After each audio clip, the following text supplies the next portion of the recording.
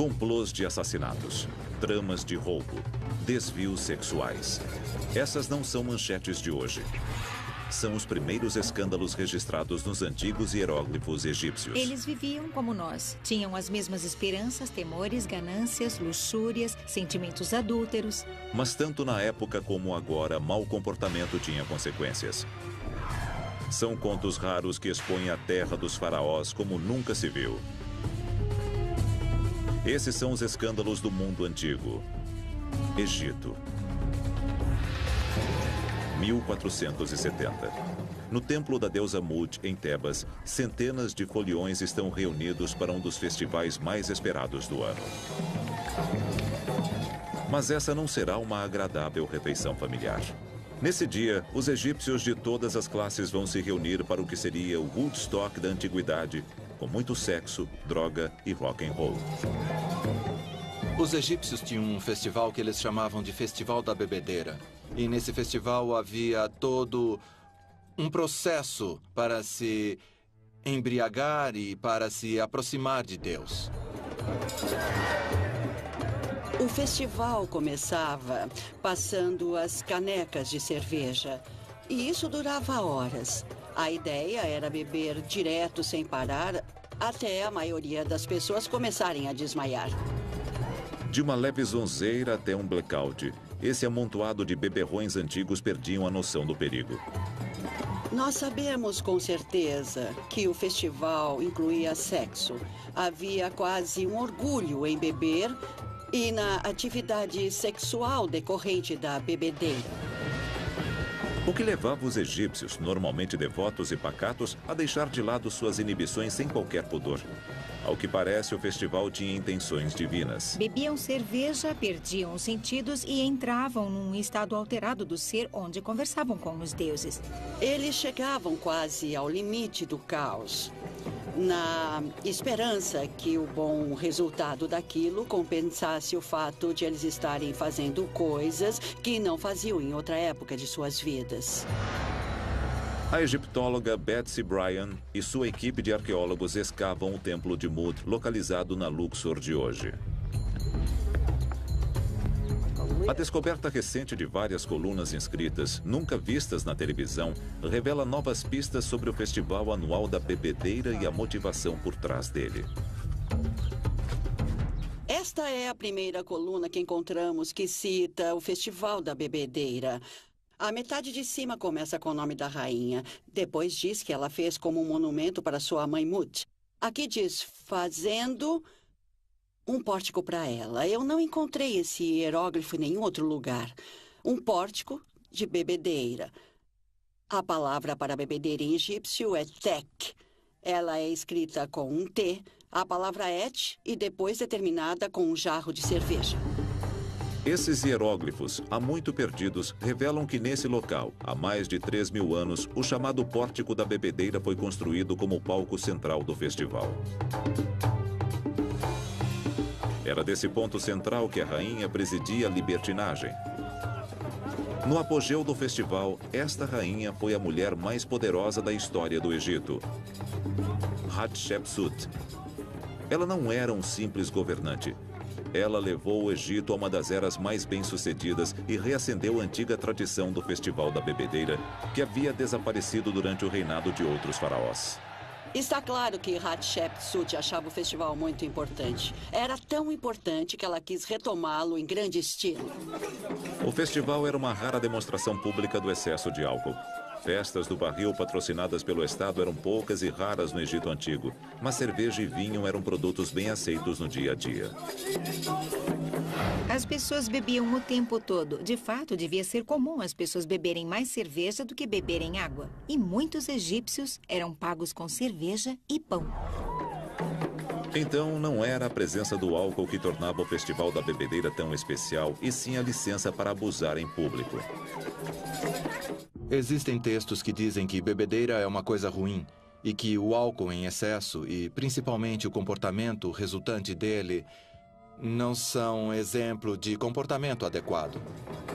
Mas antes desses foliões caírem nesse torpor inebriante, eles buscavam satisfazer suas necessidades mais lascivas. Em dado ponto, as pessoas deviam ficar sonolentas.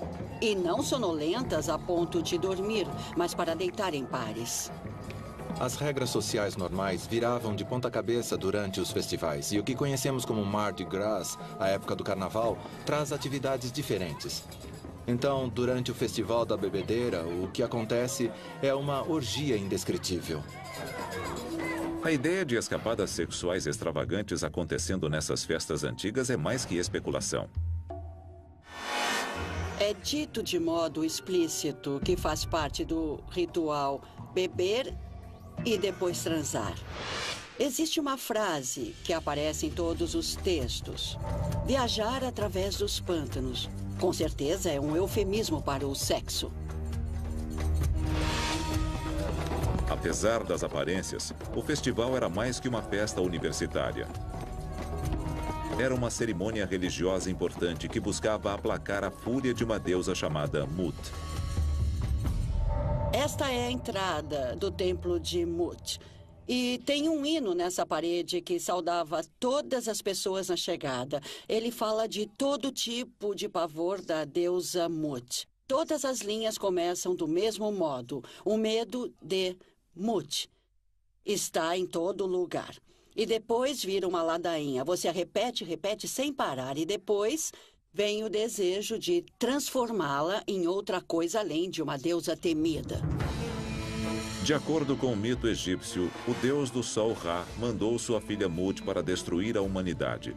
Mas no último minuto ele mudou de ideia. Então ele teve que pensar num plano para evitar que a filha matasse o povo do Egito.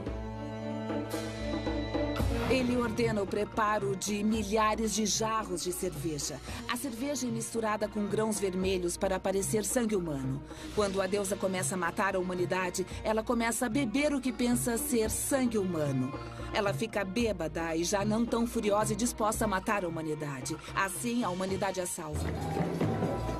Os foliões do Festival da Bebedeira buscavam reencenar o famoso porre de Mut e ficar cara a cara com a deusa durante a ressaca brutal da manhã seguinte.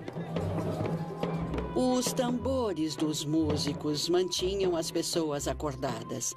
E nesse momento, eles conseguiam vivenciar a deusa, podendo vê-la e ela a eles. Esse é o momento da epifania, quando ocorria a conexão entre eles.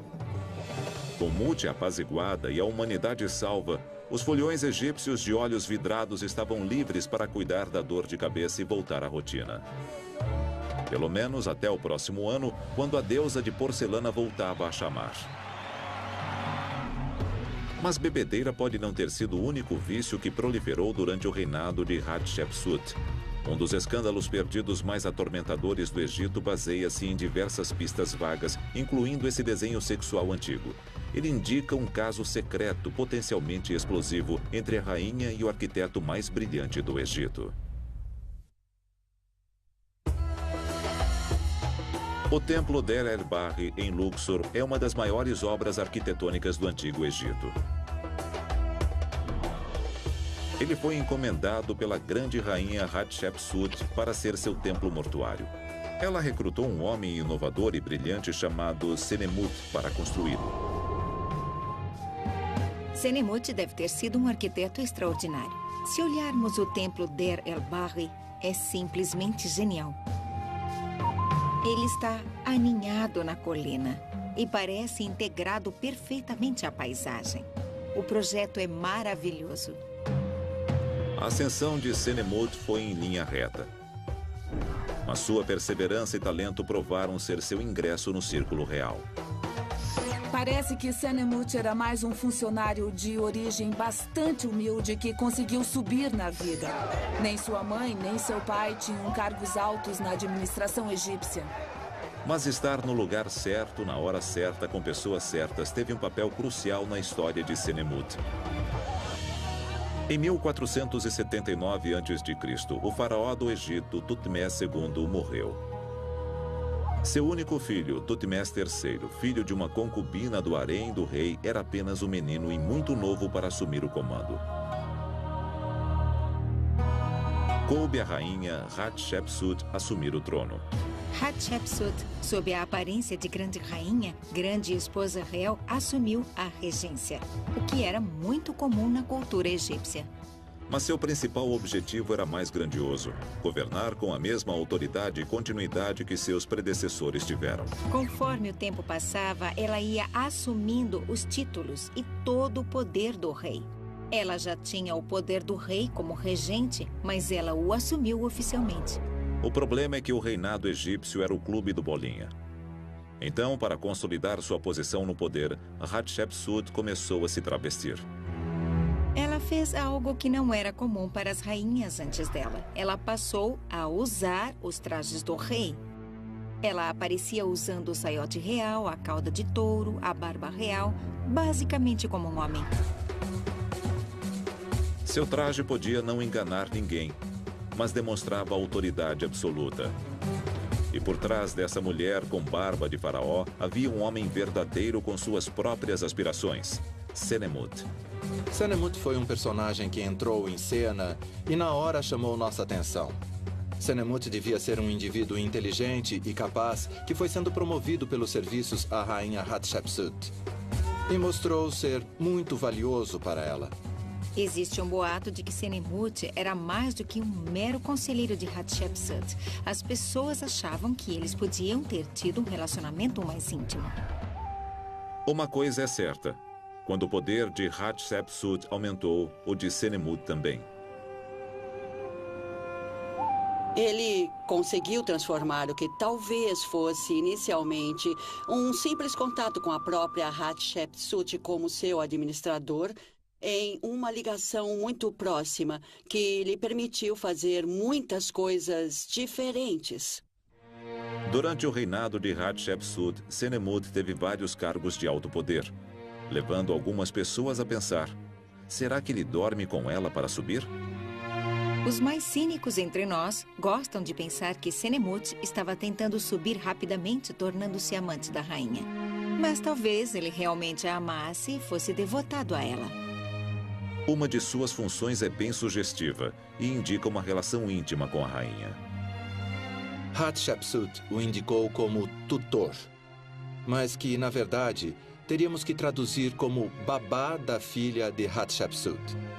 E ele mostrou em estátuas adoráveis onde a cabeça da princesa emerge e a cabeça de Senemut está acima da dela com seus braços e manto em torno dela. Alguns estudiosos especulam que talvez ele fosse, na verdade, o pai dela e não seu tutor.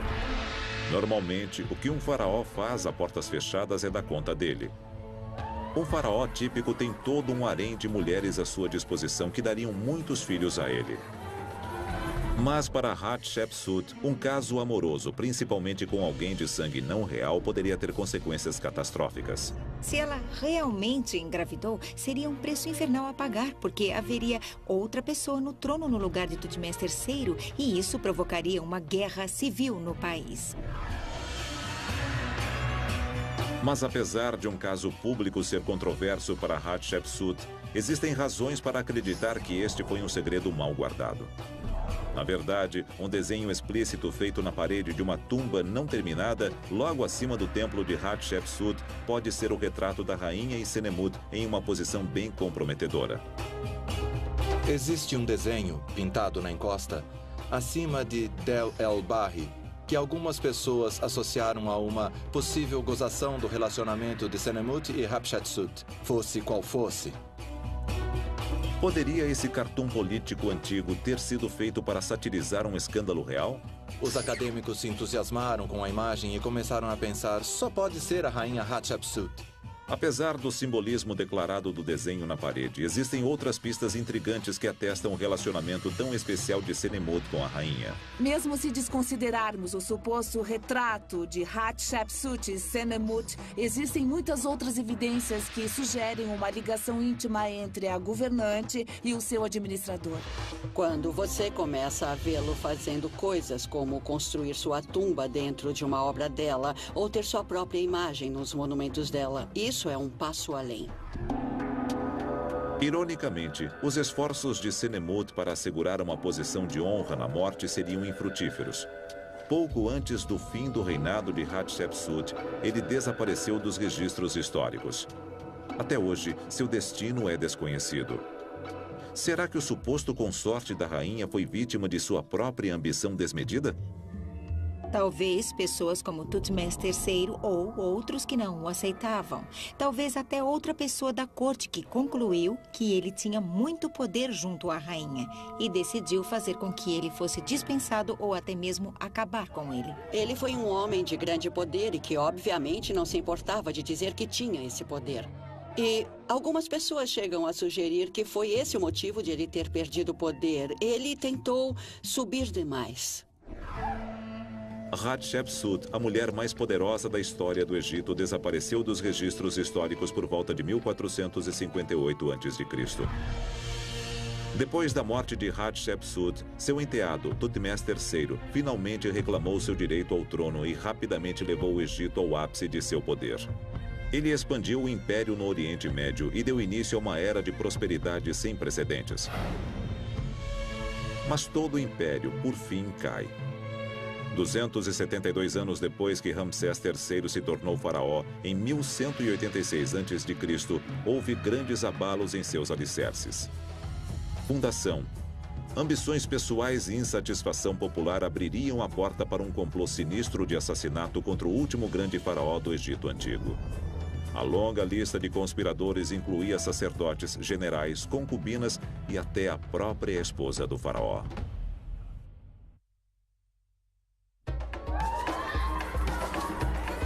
Em 1155 a.C., o faraó Ramsés III comemora seu 32º ano no trono e aproveita uma tarde relaxante de vinho, mulheres e música. Nas últimas 3 décadas, Ramsés provou ser um líder poderoso e versátil, ordenando grandes projetos de construção e expandindo a rede de comércio, enquanto se defendia de inúmeros invasores fortes. Mas seu reinado não passou sem momentos de disputas. E mal sabe ele que está cercado de mulheres que tramam pôr um fim em sua vida, no que se tornaria conhecida como a conspiração do harém. Aquilo que chamamos de conspiração do harém foi, na verdade, um complô para derrubar o faraó Ramsés III e, aparentemente, substituir o próximo na linha do trono. E foi tramado por ninguém menos que as mulheres de seu harém real. A conspiração do harém é uma das conspirações mais chocantes que temos no Egito Antigo. É um dos escândalos mais chocantes que temos em todo o mundo antigo. Haréns reais eram parte da vida de qualquer faraó. Sendo o homem mais rico do mundo, ele podia ter todas e quaisquer mulheres que desejasse. A função das mulheres do harém real era, obviamente, entreter o faraó. Elas eram propriedade do faraó. É claro que havia uma questão sexual no harém real. Imagino que elas também geravam muitos filhos para o rei. E um bando de mulheres lutando pela atenção de um homem só pode resultar numa disputa feroz. E no caso de Ramsés, segundo os papiros que sobreviveram, foi a ambição e ciúmes de uma de suas principais esposas que lançaram as sementes de uma conspiração escandalosa. Soubemos através do texto que, no tempo de Ramsés III, haviam 2 esposas que se chamavam Ísis e Tia. Ísis e Tia tiveram filhos que elas queriam a qualquer custo que assumissem o trono. Mas o filho de Tia era o mais novo e segundo na linha de sucessão depois do filho de Ísis. Tia não ia aceitar de braços cruzados a ordem de sucessão estabelecida. Para conseguir o resultado que ela queria, ela planejou o assassinato de Ramsés III e fomentou a revolta popular que permitiria que seu filho tomasse o poder. Podemos imaginá-la como uma pessoa ambiciosa, gananciosa, que queria ver o seu filho, e não o filho da rainha Ísis, no trono do Egito. A situação econômica e social do Egito na época pode ter trabalhado a favor dela. Ramsés conseguiu manter o Império unido durante seu reinado, mas de modo frágil. A terra dos faraós estava à beira do precipício. Ramsés III chegou ao poder depois de um período tumultuado na história egípcia. Ele teve que lutar com os povos marítimos. Ele teve que tentar manter o país unido economicamente e geograficamente. O Nilo não inundava com frequência. Havia fome e as pessoas não tinham o bastante para comer. Assim, ele tinha tanto tumultos internos como externos para resolver. De fato, os tempos no Egito eram tão difíceis que os construtores de tumba e seus artífices tiveram o pagamento suspenso. Eles expuseram suas queixas em público, liderando a primeira greve trabalhista registrada na história. E como em qualquer país que começa a ter baixas expectativas econômicas, o povo sempre culpa o chefe de Estado. Com o tempo, ele se tornou cada vez mais impopular entre seu povo. Foi sob estas condições políticas agravantes que a rainha Tia começou a convocar em segredo as mulheres do harém e seus familiares para um complô para assassinar Ramsés III. Parece que as mulheres do harém, do Palácio da Rainha, escreviam cartas e passavam outras mensagens de lá para parentes e outras pessoas fora do Palácio Real, na tentativa de criar uma rebelião geral contra Ramsés III. As cartas encorajavam as pessoas a atacar no momento certo, reunir homens, tomarem as armas e fazer uma rebelião contra o Senhor. Tia sabia que para a rebelião popular ter êxito no ataque ao palácio, os conspiradores de dentro do palácio precisavam ter acesso às suas defesas. Então ela recrutou os mordomos do faraó, generais militares e até mesmo o tesoureiro real para se juntar ao grupo. Mas Tia acertou mesmo em cheio nos mágicos reais. Os egípcios antigos acreditavam piamente no poder da magia. Então, para executar uma ação, como um golpe de Estado, com certeza eles usaram magia para dar andamento ao plano. Tia e seus conspiradores queriam enfraquecer o faraó através de feitiços e cartas. O faraó acreditava que tinha uma aura protetora que o cercava e o mantinha seguro. O papel do mago na conspiração era remover a proteção mágica que cercava o rei e, com isso, torná-lo vulnerável a um ataque. Depois de meses de meticulosa coordenação, Tia e mais de 30 conspiradores estavam prontos para agir. Seria um golpe de Estado. E o povo se rebelaria, lhes dando apoio quando eles atacassem o rei e tomassem o palácio. A sequência exata dos eventos é desconhecida, mas os textos antigos revelam que uma revolta armada ocorreu dentro do palácio. Infelizmente para Tia, aquilo foi apenas a metade da batalha. Apesar de suas tentativas de instigar uma rebelião geral, não houve tumulto nas ruas. Infelizmente, o povo não se uniu a eles, assim parece. Eles foram contidos quase imediatamente e presos. Mas nem tudo deu errado nos planos de Tia. Segundo algumas interpretações, quando restabeleceram a ordem no palácio, alguém conseguiu pôr as mãos no faraó e Ramsés III ficou gravemente ferido. Alguém em Tebas pagaria por essa conspiração.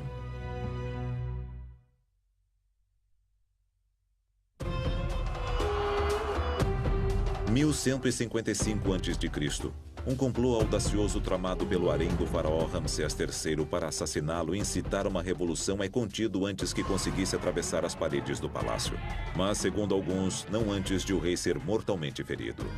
É claro que a conspiração do harém foi considerada um choque e um escândalo. Afinal, o rei era o todo-poderoso, ele era o centro do universo dos egípcios. Qualquer um que conseguisse chegar e destronar o rei causaria uma onda de choque em toda a sociedade egípcia. E agora, com o palácio a postos e fechado, os aliados do faraó decidem levar os criminosos à justiça. O texto de introdução do papiro principal, descrevendo a investigação dos participantes na conspiração do harém, é, na verdade, um discurso de Ramsés III, onde ele nomeia o Tribunal de Juízes e determina que eles estão encarregados de todas as punições e execuções das partes culpadas. Começa uma grande caça às bruxas. Pessoas dos 4 cantos do reino são cercadas, interrogadas e acusadas. Quando o julgamento termina, mais de 40 pessoas são condenadas. A maioria das pessoas que foi punida pela conspiração do harém não estava envolvida diretamente no complô. Os textos registram que elas sabiam da conspiração, ouviram conversas entre os conspiradores e não informaram ninguém. Aqueles menos envolvidos na conspiração receberam o equivalente egípcio a uma repreensão. Eles foram açoitados ou tiveram nariz e orelhas cortados. Mas aqueles que conspiraram diretamente com a rainha Tia para destronar o faraó pagaram com suas vidas. Para os crimes de alta traição, a punição era, é claro, morte, execução. Tia e os aliados do harém real foram queimados vivos. Na época da 20ª dinastia, uma das formas preferidas de execução era ser queimado em público. Ironicamente, a pessoa cujo destino está envolto em grande mistério é o próprio Ramsés III. Sabemos que o rei morreu na época dos julgamentos. Por isso, eu acho muita coincidência ele ter morrido de causas naturais. Eu acho que podemos dizer que ele morreu por causa do complô contra ele, da conspiração do harém. Mas a múmia de Ramsés, preservada até hoje, não mostra sinais de crime. Não há ferimentos em seu corpo. Então, como o último grande faraó do Egito morreu? Poderiam as próprias concubinas do rei ter cometido esse crime? Podemos imaginar que dependia delas se livrar do rei. Ele não esperaria alguma coisa assim das mãos de suas mulheres. Devemos imaginar que elas usaram outros métodos, além de uma espada, faca ou algum utensílio de metal. É certo que os egípcios antigos tinham toda uma farmacopeia de venenos letais que elas poderiam usar.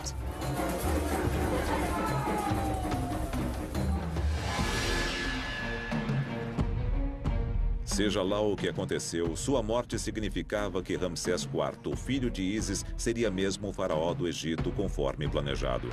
Mas seu reinado seria curto, bem como o da maioria de seus sucessores. Os dias gloriosos do Egito acabaram e o império estava em vias de passar de um destino longo e durável ao esquecimento. Devagar e gradualmente, o Egito se tornou pobre. O Egito perdeu toda a sua credibilidade junto ao mundo exterior. Sua economia decaiu, a inflação subiu, o desemprego também estava alto e os reis não tinham força para agir. Quando o Império Dourado se abateu, as massas estavam cada vez mais famintas, os políticos mais corruptos e o reino cada vez mais anárquico. Diante dessa estrutura decadente, surge uma rede de criminosos que começa a roubar o tesouro guardado nas tumbas dos faraós e pessoas importantes. A recompensa pelo êxito era grande, porque ali havia uma verdadeira mina de ouro, prata e coisas de muito boa qualidade, que se você conseguisse levar embora, te deixaria rico. O roubo de tumbas não era um conceito novo para esta geração de egípcios. As grandes pirâmides do Velho Reino já haviam sido alvo de ladrões em busca de dinheiro fácil. É claro que no Velho Reino havia monumentos opulentos, pirâmides, não tinha como não ver. Você consegue vê-las a quilômetros de distância. Devia haver 35 mil pessoas trabalhando nelas em algum momento. Você deve olhar para elas como um farol reluzente que dizia, roube-me. Mas ao longo de 1500 anos, os faraós aprenderam a lição. Durante o novo reinado, eles tentaram evitar o mesmo destino de ter as tumbas reviradas, escondendo-as vários metros abaixo da terra, nas colinas do deserto a oeste de Tebas. Esse lugar veio a ser chamado de o Vale dos Reis. Próximo à época do Novo Reino, os reis preferiam ser discretos. Eles queriam manter suas tumbas, onde seus corpos seriam enterrados completamente a salvo e em segredo. Então, eles resolveram isolá-las e tornar o Vale dos Reis um lugar sagrado, fora de alcance, e bem guardado para enterros reais. Mas em 1111 a.C., apesar de todas as tentativas de guardar segredo, um grupo de bandidos encontrou o caminho para as tumbas reais. Como? Descobriu-se que era um trabalho interno. Os documentos que restaram do tribunal revelam uma intrincada trilha de corrupção que vai desde o prefeito até o chefe de polícia.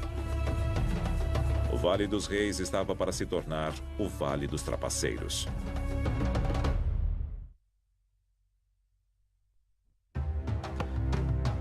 1111 a.C., o Vale dos Reis está lotado de trabalhadores e artífices contratados para construir as tumbas secretas para a família real egípcia. Mas com a economia em farrapos, seus salários já não são como antes. Então, muitos do grupo decidem explorar seu conhecimento do interior da tumba e complementar o salário baixo com roubo. Havia um esquema armado que envolvia muitos indivíduos que trabalhavam na criação, entalhe e decoração das tumbas ocultas e secretas dos faraós do Egito Antigo e que criou toda uma gangue de ladrões. Sabemos que as pessoas recebiam 100 débens de cobre por cada tumba roubada. E isso equivalia a mais ou menos 10 meses de salário. Durante a 20ª dinastia, houve grandes roubos e uma das pessoas que surgiu como líder chamava-se Amenpanéfer. Cansado da labuta diária, Amenpanéfer estava ansioso para participar do saque a uma tumba. Mas ele aprendeu rapidamente que ganhar dinheiro fácil dava trabalho. Quando ele foi pego em flagrante com os tesouros de uma das tumbas, ele teve que molhar algumas mãos para se livrar de encrenca. Ele conseguiu subornar os homens da polícia e escapou impune. Com os tempos difíceis atingindo a todos, não é surpresa que a polícia fosse facilmente comprada. Mas eles não eram os únicos oficiais envolvidos. Parece que o prefeito de Tebas Ocidental, Pauerá, estava mancomunado com os ladrões de tumba a fim de levar um dinheiro extra para casa. Pauerá fez vários acordos com diversas pessoas. Ourives, pedreiros, policiais, oficiais do exército, escribas, todos que trabalhavam na encosta ocidental. E essa gangue saía roubando as tumbas. O próprio homem cujo trabalho era proteger as sepulturas sagradas dava sinal verde aos ladrões. Quando Pazer, o prefeito rival de Tebas Oriental, descobriu o esquema, ele foi direto aos superiores delatar o crime. Pazer informou para o vizir que haviam tumbas sendo saqueadas. Na verdade, o prefeito oriental estava tentando arruinar a reputação do prefeito ocidental. E revelando esse escândalo que aconteceu sob sua vigilância, o poder de Pauerá seria eliminado. Mas o prefeito ocidental, Pauerá, foi rápido e encobriu suas pegadas. Ele usou Amenpanéfer como bode expiatório e revelou o roubo anterior de uma tumba. Pauerá sabia que a tumba estava cercada por outras que permaneciam intactas. Se conduzisse a investigação, ele poderia fazer o roubo parecer um incidente isolado. Um grupo de inspetores vai até lá. Eles simplesmente atravessam a encosta ocidental e começam a inspecionar as tumbas dos faraós egípcios do passado. Eles investigaram 10 tumbas. 9 de fato estavam intactas. Pazer ficou com cara de tacho. Pauerá foi rápido ao ficar com os créditos pelas tumbas intactas e rápido também ao jogar toda a culpa do roubo em Amenpanéfer. Sem ninguém para subornar, Amenpanéfer foi arrastado até o vizir e confessou ter violado a tumba real com 4 escavadores. Temos uma coisa extraordinária aqui. É uma joia do mundo antigo. Um depoimento dos ladrões no tribunal, onde eles contam exatamente como eles violaram as tumbas de alguns faraós do passado do Egito. Arrancaram as joias, o ouro, e depois venderam ou trocaram as peças que pegaram pelas mercadorias que queriam. No final da confissão de Amenpanéfer, o grande salão ficou num silêncio perturbador. Parecia que o destino do líder dos ladrões estava selado.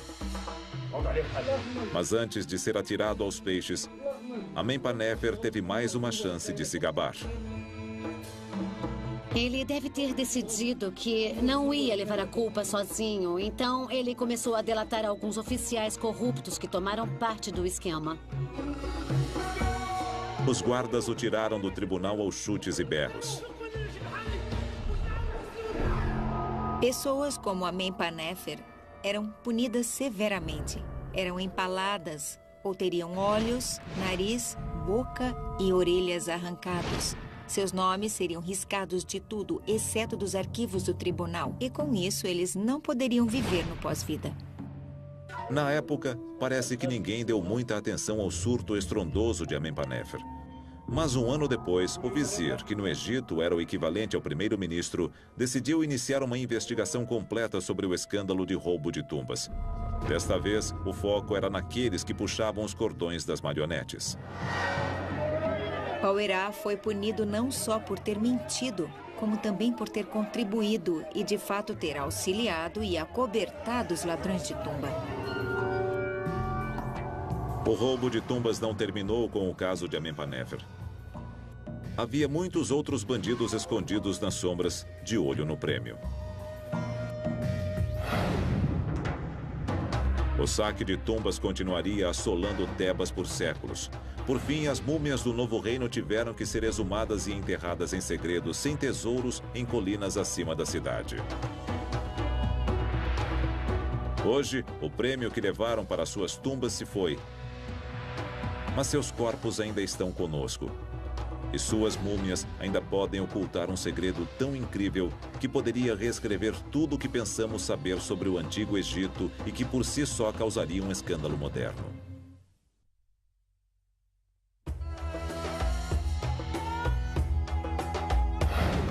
Ópio, flor de lótus, cerveja e vinho. Narcóticos e álcool não estavam apenas disponíveis no Egito Antigo. Eles eram parte integral da vida diária. Os egípcios antigos tinham muitas substâncias que alteravam a mente e que eles usavam por prazer, religião ou como medicamento. Mas com respeito ao grau de vício dos egípcios, ninguém jamais os considerou viciados. Isso até uma toxicologista alemã e sua equipe publicarem um estudo alarmante em 1992. Os resultados de um teste de drogas padrão em um conjunto de múmias egípcias de 3.000 anos ameaçaram reescrever tudo o que pensávamos saber sobre o mundo antigo. A comunidade de egiptólogos ficou paralisada. Ela disse que o exame toxicológico feito nas múmias apresentou resíduos de nicotina e cocaína. Nicotina e cocaína são plantas do Novo Mundo. Então, como é que elas foram parar em quantidades consideráveis nas múmias egípcias? Antes da época de Colombo, pensava-se que folhas de coca e plantas de tabaco só existiam nas Américas. Mas esses corpos foram mumificados no Egito 3.000 anos antes. Será que os egípcios antigos faziam parte de um cartel de drogas transatlântico? A ideia era muito controversa para os estudiosos sequer se divertir com ela. Eu devo dizer que a maioria das pessoas, principalmente egiptólogos, não acreditaram. Tinha que haver algo errado. O que estava causando esses resultados aparentemente impossíveis? Houve falha no método de análise que pudesse causar falsos positivos? Ou poderia haver mesmo contato entre o Egito e as Américas milhares de anos antes de Colombo? Houve um grande furor. As pessoas diziam, será que é verdade? Devemos lembrar que Thor Heyerdahl construiu um barco de junco chamado Ra II, que partiu da costa da África e fez uma incursão pelo Novo Mundo. Thor Heyerdahl, o explorador norueguês famoso por suas travessias de oceanos em suas embarcações primitivas, saiu velejando em um barco tradicional egípcio em 1970. Seu objetivo era viajar para o outro lado do mundo em um barco feito de papiro, um material encontrado facilmente no Egito Antigo. Ele partiu do Marrocos e 57 dias depois ele chegou à costa de Barbados. Ele provou que um barco de junco poderia sobreviver a uma viagem oceânica. Se os egípcios antigos tinham meios para construir um barco resistente, o que os impediria de navegar pela América do Sul em busca de cocaína e cigarros? Os egípcios eram bons navegadores, subindo e descendo o Nilo. Era a via nacional, por assim dizer. Mas quando se trata de navegar em mar aberto, tudo indica que eles não eram ousados e preferiam as margens. Não há uma evidência sequer de que os egípcios tenham chegado à Inglaterra. Portanto, a ideia de que havia mercadoria viajando para lá e para cá 1000 anos antes de Cristo no Egito e 1000 anos antes de Cristo no Peru para mim, é bem difícil de entender. Se os egípcios não cruzaram o Atlântico, eles poderiam ser consumidores finais de uma rede de fornecimento internacional de cocaína? É mais fácil acreditar que os egípcios negociavam com pessoas que negociavam com outras pessoas que negociavam com outras mais. Assim conseguiriam coisas do Novo Mundo. Mas se eles estivessem fazendo isso, eles não trariam apenas plantas alucinógenas. É de se esperar coisas como pedras, ouro, outros itens que se reconhece o valor na hora. Sem qualquer evidência arqueológica de outros produtos do Novo Mundo chegando ao Egito e nenhuma menção de cocaína e nicotina nos hieróglifos egípcios, os peritos não puderam fazer outra coisa senão questionar a ciência que iniciou o debate. Uma causa comum de falsos positivos em exames toxicológicos, principalmente em espécimes antigos, é a contaminação da terceira parte. Poderiam as tais múmias com cocaína ter sido expostas aos narcóticos do Novo Mundo séculos depois da era de exploração? Entre os céticos, essa é a explicação mais popular para o resultado alemão. A cocaína era muito usada pelos membros da aristocracia e pessoas ricas por volta da virada de 1800 para 1900. Algumas múmias, pelo menos as da coleção de Munique, pertenceram a membros da família real germânica. Não é de todo impossível que membros da família real tenham feito uso de cocaína. Em certa época, as pessoas usavam folhas de tabaco para afastar insetos e pragas do depósito do museu no Egito, bem como em outros lugares. É bem aceitável. Mas o contato com as folhas de tabaco associado às muitas pessoas que fumavam os deliciosos cigarros egípcios sobre as múmias pode ter penetrado na pele e produzido tais resultados. Mas até que mais testes sejam feitos nas múmias com cocaína, um veredito final pode não ser possível. Sem analisar as próprias múmias germânicas, não podemos dizer em definitivo se havia ou não cocaína presente nas mesmas. Se os testes forem refeitos e aplicados nas mesmas múmias, acho que seria bem interessante ver os resultados. Se a teoria provar ser verdadeira, será um escândalo moderno de proporções históricas. Se alguém conseguir provar que, de fato, houve algum contato direto ou indireto entre o Velho e o Novo Mundo, seria fantástico e mudaria a história do mundo, não apenas a história egípcia. Mesmo que os resultados apresentem ou não algo relativamente mundano, talvez eles apresentem algo extraordinário. No mínimo, vai abrir nossa mente para as possibilidades. O mistério das múmias com cocaína permanece sem solução, aguardando novas evidências que coloquem um fim na especulação de uma vez por todas. Mas, baseado no que sabemos sobre os egípcios antigos, uma conclusão é inevitável. É certo que escândalos e comportamento escandaloso existiram no Egito Antigo. O que é particularmente interessante é que temos muitas evidências disso. A partir do texto administrativo, podemos reconstruir histórias de atos bons e maus que várias pessoas cometeram ao longo de 3.000 anos da história egípcia antiga. Fico sempre surpreso com o fato deles terem vidas tão parecidas com as nossas. Eu acho que as pessoas nos últimos 5, 10 mil anos não mudaram praticamente nada. Os egípcios antigos podem ter sido o povo mais avançado de seu tempo, mas eles também eram propensos às fraquezas inerentes ao caráter humano. Hoje, eles se foram, mas seus escândalos permanecem. Versão brasileira DPN Santos.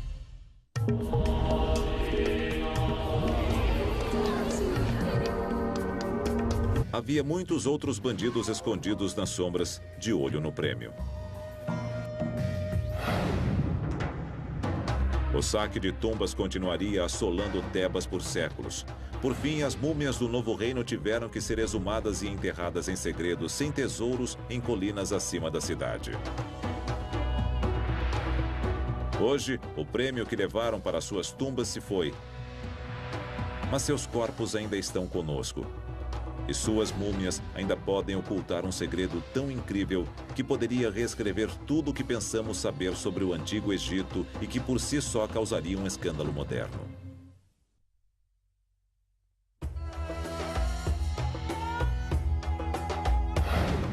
Ópio, flor de lótus, cerveja e vinho. Narcóticos e álcool não estavam apenas disponíveis no Egito Antigo. Eles eram parte integral da vida diária. Os egípcios antigos tinham muitas substâncias que alteravam a mente e que eles usavam por prazer, religião ou como medicamento. Mas com respeito ao grau de vício dos egípcios, ninguém jamais os considerou viciados. Isso até uma toxicologista alemã e sua equipe publicarem um estudo alarmante em 1992. Os resultados de um teste de drogas padrão em um conjunto de múmias egípcias de 3.000 anos ameaçaram reescrever tudo o que pensávamos saber sobre o mundo antigo. A comunidade de egiptólogos ficou paralisada. Ela disse que o exame toxicológico feito nas múmias apresentou resíduos de nicotina e cocaína. Nicotina e cocaína são plantas do Novo Mundo. Então, como é que elas foram parar em quantidades consideráveis nas múmias egípcias? Antes da época de Colombo, pensava-se que folhas de coca e plantas de tabaco só existiam nas Américas. Mas esses corpos foram mumificados no Egito 3.000 anos antes. Será que os egípcios antigos faziam parte de um cartel de drogas transatlântico? A ideia era muito controversa para os estudiosos sequer se divertir com ela. Eu devo dizer que a maioria das pessoas, principalmente egiptólogos, não acreditaram. Tinha que haver algo errado. O que estava causando esses resultados aparentemente impossíveis? Houve falha no método de análise que pudesse causar falsos positivos? Ou poderia haver mesmo contato entre o Egito e as Américas milhares de anos antes de Colombo? Houve um grande furor. As pessoas diziam, será que é verdade? Devemos lembrar que Thor Heyerdahl construiu um barco de junco chamado Ra II, que partiu da costa da África e fez uma incursão pelo Novo Mundo. Thor de tumbas. Desta vez, o foco era naqueles que puxavam os cordões das marionetes.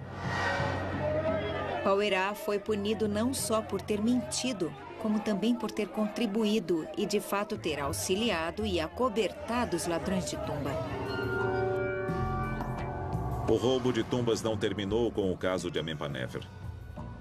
Havia muitos outros bandidos escondidos nas sombras, de olho no prêmio. O saque de tumbas continuaria assolando Tebas por séculos. Por fim, as múmias do Novo Reino tiveram que ser exumadas e enterradas em segredo, sem tesouros, em colinas acima da cidade. Hoje, o prêmio que levaram para suas tumbas se foi. Mas seus corpos ainda estão conosco. E suas múmias ainda podem ocultar um segredo tão incrível que poderia reescrever tudo o que pensamos saber sobre o Antigo Egito e que por si só causaria um escândalo moderno.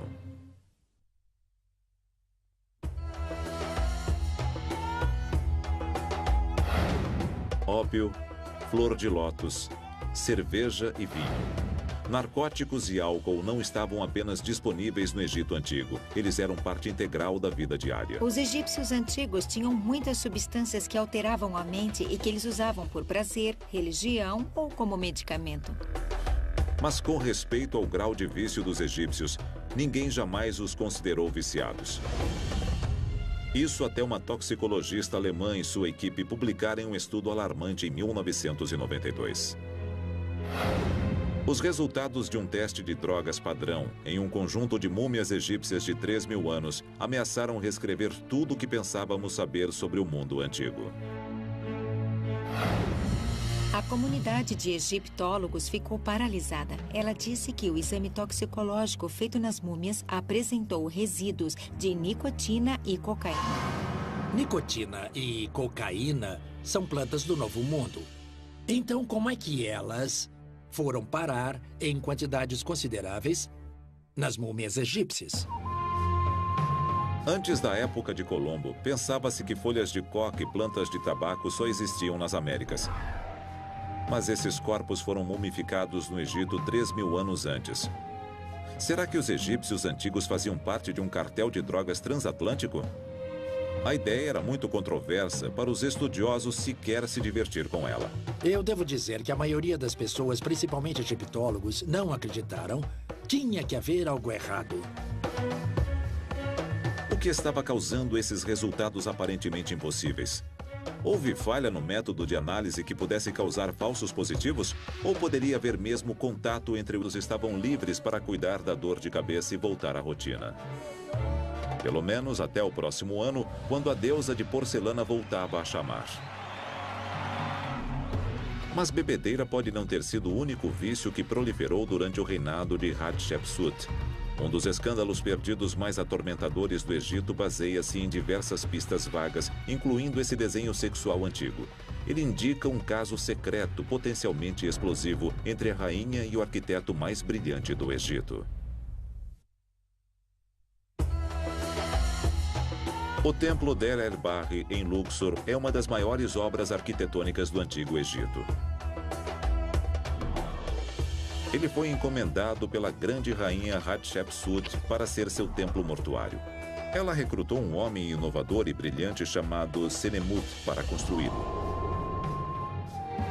Senemut deve ter sido um arquiteto extraordinário. Se olharmos o templo Der el-Bahri, é simplesmente genial. Ele está aninhado na colina e parece integrado perfeitamente à paisagem. O projeto é maravilhoso. A ascensão de Senemut foi em linha reta. Mas sua perseverança e talento provaram ser seu ingresso no círculo real. Parece que Senemut era mais um funcionário de origem bastante humilde que conseguiu subir na vida. Nem sua mãe, nem seu pai tinham cargos altos na administração egípcia. Mas estar no lugar certo, na hora certa, com pessoas certas, teve um papel crucial na história de Senemut. Em 1479 a.C., o faraó do Egito, Tutmés II, morreu. Seu único filho, Tutmés III, filho de uma concubina do harém do rei, era apenas um menino e muito novo para assumir o comando. Coube à rainha Hatshepsut assumir o trono. Hatshepsut, sob a aparência de grande rainha, grande esposa real, assumiu a regência, o que era muito comum na cultura egípcia. Mas seu principal objetivo era mais grandioso: governar com a mesma autoridade e continuidade que seus predecessores tiveram. Conforme o tempo passava, ela ia assumindo os títulos e todo o poder do rei. Ela já tinha o poder do rei como regente, mas ela o assumiu oficialmente. O problema é que o reinado egípcio era o clube do Bolinha. Então, para consolidar sua posição no poder, Hatshepsut começou a se travestir. Ela fez algo que não era comum para as rainhas antes dela. Ela passou a usar os trajes do rei. Ela aparecia usando o saiote real, a cauda de touro, a barba real, basicamente como um homem.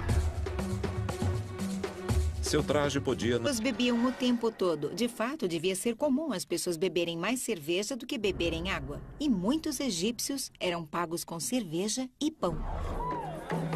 Então, não era a presença do álcool que tornava o Festival da Bebedeira tão especial, e sim a licença para abusar em público.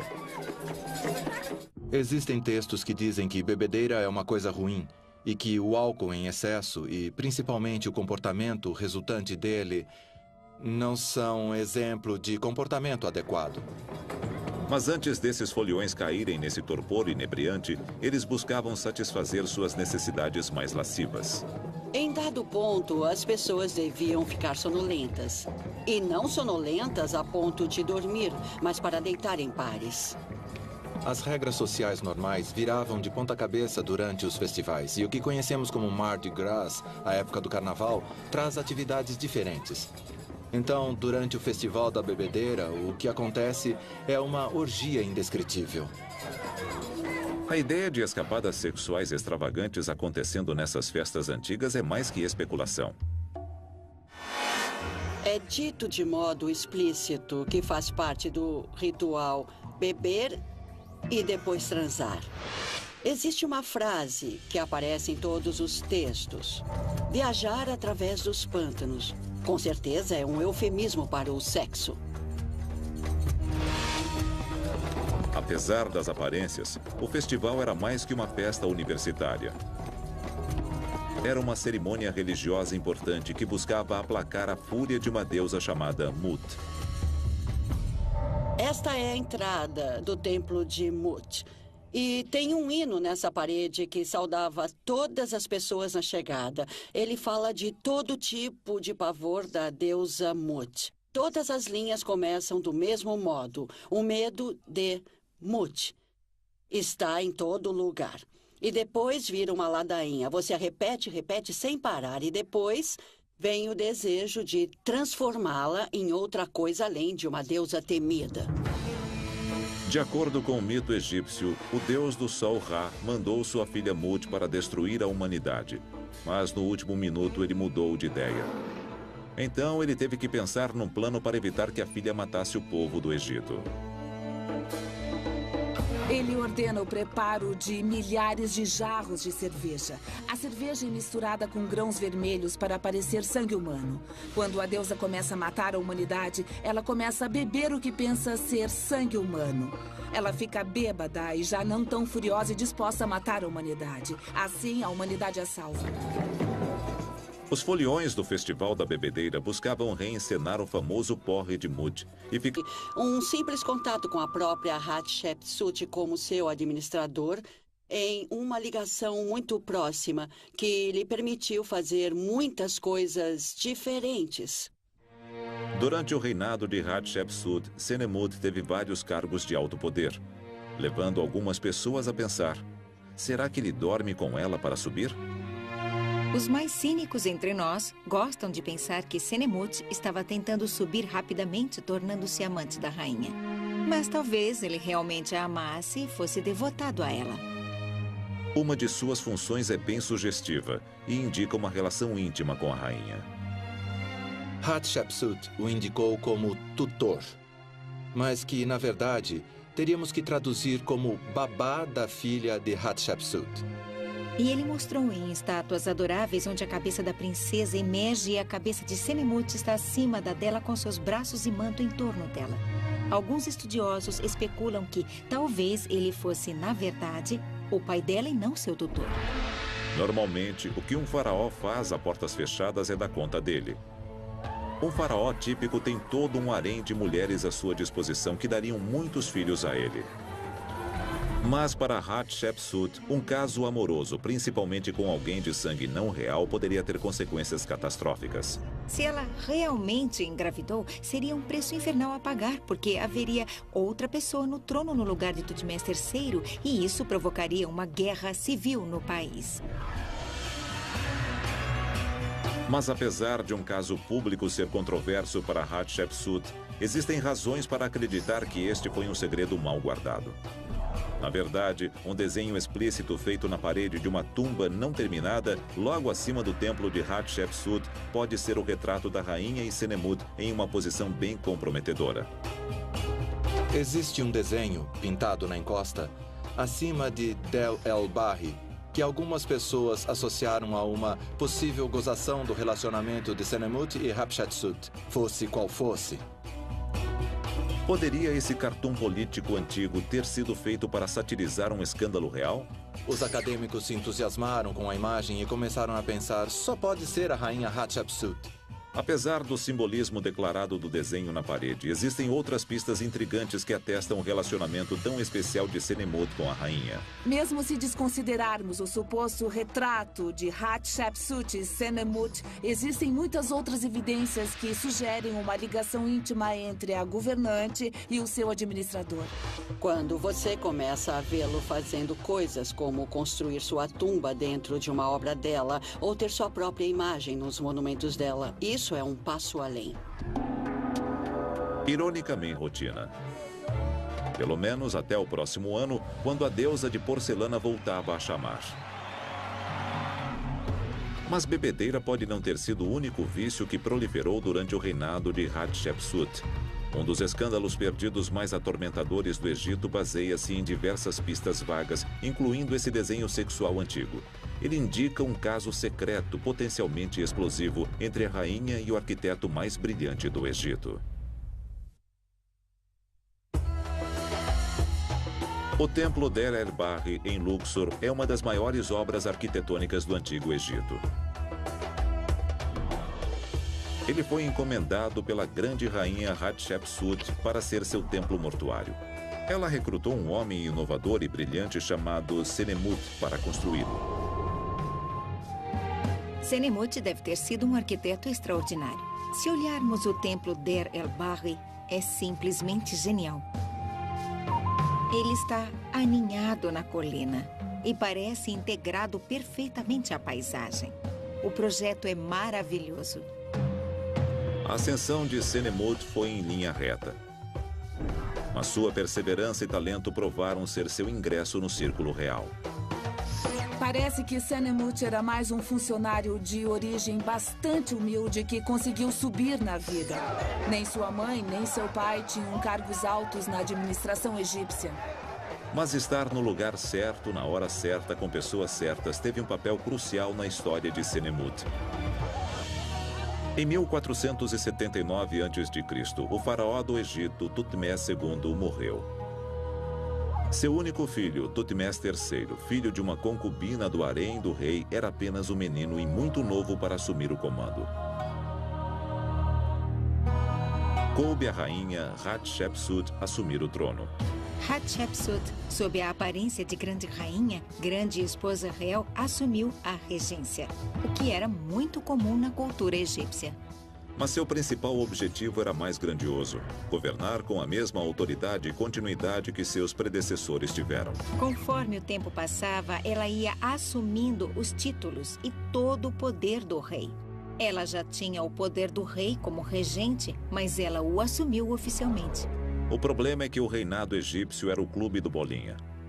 Então, para consolidar sua posição no poder, Hatshepsut começou a se travestir. Ela fez algo que não era comum para as rainhas antes dela. Ela passou a usar os trajes do rei. Ela aparecia usando o saiote real, a cauda de touro, a barba real, basicamente como um homem.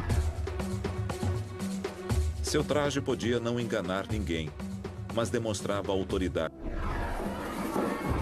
Foi sob estas condições políticas agravantes que a rainha Tia começou a convocar em segredo as mulheres do harém e seus familiares para um complô para assassinar Ramsés III. Parece que as mulheres do harém, do Palácio da Rainha, escreviam cartas e passavam outras mensagens de lá para parentes e outras pessoas fora do Palácio Real, na tentativa de criar uma rebelião geral contra Ramsés III. As cartas encorajavam as pessoas a atacar no momento certo, reunir homens, tomarem as armas e fazer uma rebelião contra o Senhor. Tia sabia que para a rebelião popular ter êxito no ataque ao palácio, os conspiradores de dentro do palácio precisavam ter acesso às suas defesas. Então ela recrutou os mordomos do faraó, generais militares e até mesmo o tesoureiro real para se juntar ao grupo. Mas Tia acertou mesmo em cheio nos mágicos reais. Os egípcios antigos acreditavam piamente no poder da magia. Então, para executar uma ação, como um golpe de Estado, com certeza eles usaram magia para dar andamento ao plano. Tia e seus conspiradores queriam enfraquecer o faraó através de feitiços e cartas. O faraó acreditava que tinha uma aura protetora que o cercava e o mantinha seguro. O papel do mago na conspiração era remover a proteção mágica que cercava o rei e, com isso, torná-lo vulnerável a um ataque. Depois de meses de meticulosa coordenação, Tia e mais de 30 conspiradores estavam prontos para agir. Seria um golpe de Estado. E o povo se rebelaria, lhes dando apoio quando eles atacassem o rei e tomassem o palácio. A sequência exata dos eventos é desconhecida, mas os textos antigos revelam que uma revolta armada ocorreu dentro do palácio. Infelizmente para Tia, aquilo foi apenas a metade da batalha. Apesar de suas tentativas de instigar uma rebelião geral, não houve tumulto nas ruas. Infelizmente, o povo não se uniu a eles, assim parece. Eles foram contidos quase imediatamente e presos. Mas nem tudo deu errado nos planos de Tia. Segundo algumas interpretações, quando restabeleceram a ordem no palácio, alguém conseguiu pôr as mãos no faraó e Ramsés III ficou gravemente ferido. Alguém em Tebas pagaria por essa conspiração.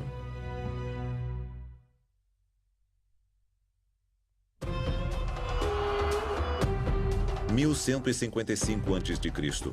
Um complô audacioso tramado pelo harém do faraó Ramsés III para assassiná-lo e incitar uma revolução é contido ante... Integrado perfeitamente à paisagem. O projeto é maravilhoso. A ascensão de Senemut foi em linha reta. Mas sua perseverança e talento provaram ser seu ingresso no círculo real. Parece que Senemut era mais um funcionário de origem bastante humilde que conseguiu subir na vida. Nem sua mãe, nem seu pai tinham cargos altos na administração egípcia. Mas estar no lugar certo, na hora certa, com pessoas certas, teve um papel crucial na história de Senemut. Em 1479 a.C., o faraó do Egito, Tutmés II, morreu. Seu único filho, Tutmés III, filho de uma concubina do harém do rei, era apenas um menino e muito novo para assumir o comando. Coube à rainha Hatshepsut assumir o trono. Hatshepsut, sob a aparência de grande rainha, grande esposa real, assumiu a regência, o que era muito comum na cultura egípcia. Mas seu principal objetivo era mais grandioso: governar com a mesma autoridade e continuidade que seus predecessores tiveram. Conforme o tempo passava, ela ia assumindo os títulos e todo o poder do rei. Ela já tinha o poder do rei como regente, mas ela o assumiu oficialmente. O problema é que o reinado egípcio era o clube do Bolinha. Então, para consolidar sua posição no poder, Hatshepsut começou a se travestir. Ela fez algo que não era comum para as rainhas antes dela. Ela passou a usar os trajes do rei. Ela aparecia usando o saiote real, a cauda de touro, a barba real, basicamente como um homem. Seu traje podia não enganar ninguém, mas demonstrava autoridade absoluta.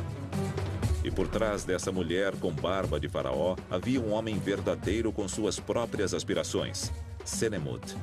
Senemut foi um personagem que entrou em cena e na hora chamou nossa atenção. Senemut devia ser um indivíduo inteligente e capaz que foi sendo promovido pelos serviços à rainha Hatshepsut. E mostrou ser muito valioso para ela. Existe um boato de que Senemut era mais do que um mero conselheiro de Hatshepsut. As pessoas achavam que eles podiam ter tido um relacionamento mais íntimo. Uma coisa é certa: quando o poder de Hatshepsut aumentou, o de Senemut também. Ele conseguiu transformar o que talvez fosse inicialmente um simples contato com a própria Hatshepsut como seu administrador em uma ligação muito próxima que lhe permitiu fazer muitas coisas diferentes. Durante o reinado de Hatshepsut, Senemut teve vários cargos de honra. Os documentos que restaram do tribunal revelam uma intrincada trilha de corrupção que vai desde o prefeito até o chefe de polícia. O Vale dos Reis estava para se tornar o Vale dos Trapaceiros.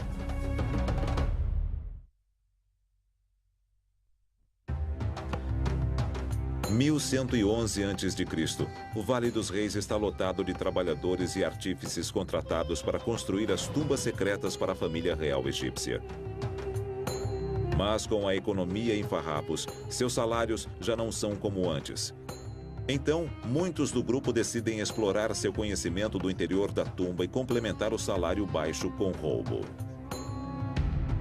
Havia um esquema armado que envolvia muitos indivíduos que trabalhavam na criação, entalhe e decoração das tumbas ocultas e secretas dos faraós do Egito Antigo, e que criou toda uma gangue de ladrões. Sabemos que as pessoas recebiam 100 débens de cobre por cada tumba roubada. E isso equivalia a mais ou menos 10 meses de salário. Durante a 20ª dinastia, houve grandes roubos e uma das pessoas que surgiu como líder chamava-se Amenpanefer. Cansado da labuta diária, Amenpanefer estava ansioso para participar do saque a uma tumba. Mas ele aprendeu rapidamente que ganhar dinheiro fácil dava trabalho. Quando ele foi pego em flagrante com os tesouros de uma das tumbas, ele teve que molhar algumas mãos para se livrar de encrenca. Ele conseguiu subornar os homens da polícia e escapou impune. Com os tempos difíceis atingindo a todos, não é surpresa que a polícia fosse facilmente comprada. Mas eles não eram os únicos oficiais envolvidos. Parece que o prefeito de Tebas Ocidental, Pauerá, estava mancomunado com os ladrões de tumba a fim de levar um dinheiro extra para a casa.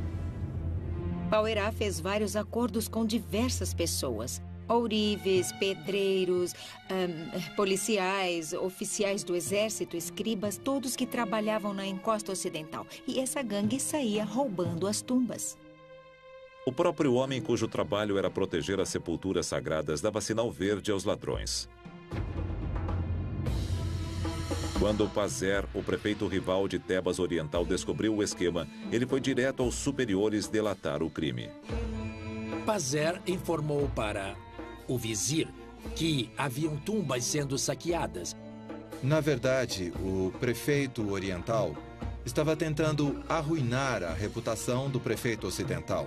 E revelando esse escândalo que aconteceu sob sua vigilância, o poder do Palácio da Rainha escreviam cartas e passavam outras mensagens de lá para parentes e outras pessoas fora do Palácio Real, na tentativa de criar uma rebelião geral contra Ramsés III. As cartas encorajavam as pessoas a atacar no momento certo, reunir homens, tomarem as armas e fazer uma rebelião contra o senhor. Tia sabia que para a rebelião popular ter êxito no ataque ao palácio, os conspiradores de dentro do palácio precisavam ter acesso às suas defesas. Então ela recrutou os mordomos do faraó, generais militares e até mesmo o tesoureiro real para se juntar ao grupo. Mas Tia acertou mesmo em cheio nos mágicos reais. Os egípcios antigos acreditavam piamente no poder da magia. Então, para executar uma ação como um golpe de Estado, com certeza eles usaram magia para dar andamento ao plano. Tia e seus conspiradores queriam enfraquecer o faraó através de feitiços e cartas. O faraó acreditava que tinha uma aura protetora que o cercava e o mantinha seguro.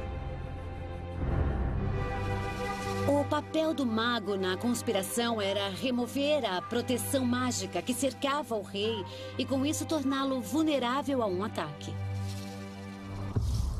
Depois de meses de meticulosa coordenação, Tia e mais de 30 conspiradores estavam prontos para agir. Seria um golpe de Estado.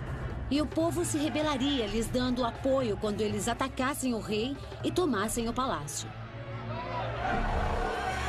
A sequência exata dos eventos é desconhecida, mas os textos antigos revelam que uma revolta armada ocorreu dentro do palácio.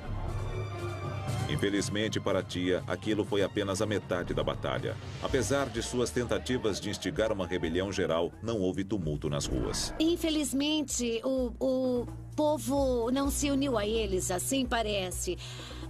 Eles foram contidos quase imediatamente e presos. Mas nem tudo deu errado nos planos de Tia. Segundo algumas interpretações, quando restabeleceram a ordem no palácio, alguém conseguiu pôr as mãos no faraó e Ramsés III ficou gravemente ferido. Alguém em Tebas pagaria por essa conspiração.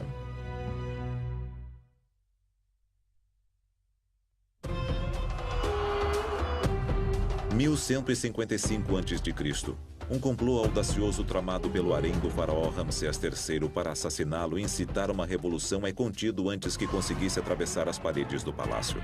Mas, segundo alguns, não antes de o rei ser mortalmente ferido. É claro que a conspiração do harém foi considerada um choque e um escândalo. Afinal, o rei era o todo-poderoso, ele era o centro